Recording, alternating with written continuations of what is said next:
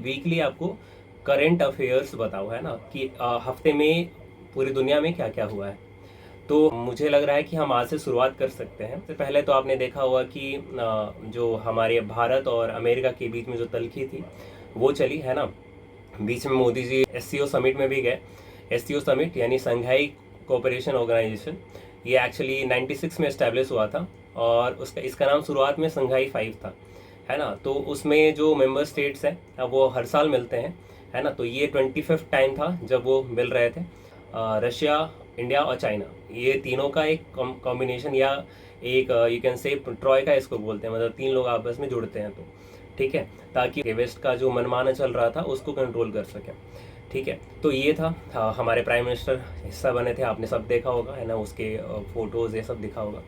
दूसरा ये था कि हमारे यहाँ 9 सितंबर को उपराष्ट्रपति जी का चुनाव हुआ था। तो हमारे यहाँ जो राष्ट्रपति हैं और उपराष्ट्रपति हैं, इनको इनडायरेक्ट तरीके से चुना जाता है ना। जैसे डायरेक्ट इलेक्शन क्या हुआ कि हम जो हैं वो अपने सांसद विधायक को चुनते हैं।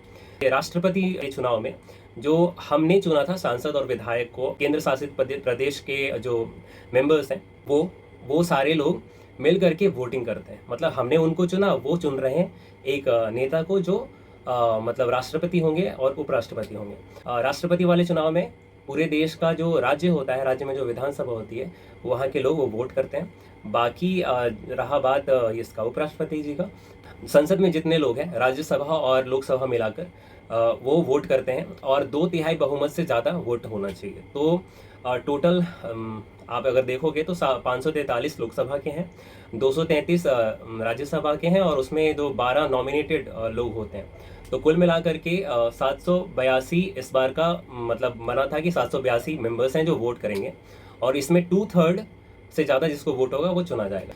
तो एक्चुअली 2 कैंडिडेट थे, एक सरकार की तरफ से और एक विपक्ष की तरफ से, यानी गवर्नमेंट की तरफ से और एक ऑपोजिशन की तरफ से।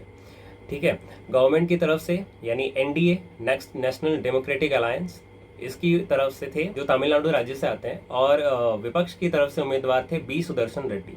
से जीता सीपी राधाकृष्णन जी ने। तो हमारे जो अगले उपराष्ट्रपति हुए, जो पिछले थे जगदीप धनखड़ जी, उससे आगे मतलब नए उपराष्ट्रपति हमारे होंगे सीपी राधाकृष्णन। और एक बहुत बड़ा डेवलपमेंट जो इस हफ्ते हुआ था वो है नेपाल में जो जेनजी का मतलब होता है जो नए वर्ग के लोग हैं, मतलब जिनकी उम्र 13 से लेके 28 के बीच में है, वो लोगों ने प्रोटेस्ट किया था सरकार के खिलाफ और सरकार ओवरटर्न हुई और वहाँ की जो पहली महिला प्रधानमंत्री है सुशीला कार्की जी, उन्होंने शपथ लिया है नेपाल की पहली महिला प्रधानमंत्री के रूप में। तो ये था पूरे हफ्ते का लेखा जोखा, मतलब जो मेन था। बाकी अगले हफ्तों में हम लोग और भी मतलब इसमें कुछ और ऐड करेंगे। मिलते हैं नेक्स्ट वीक, तब तक के लिए बाय बाय।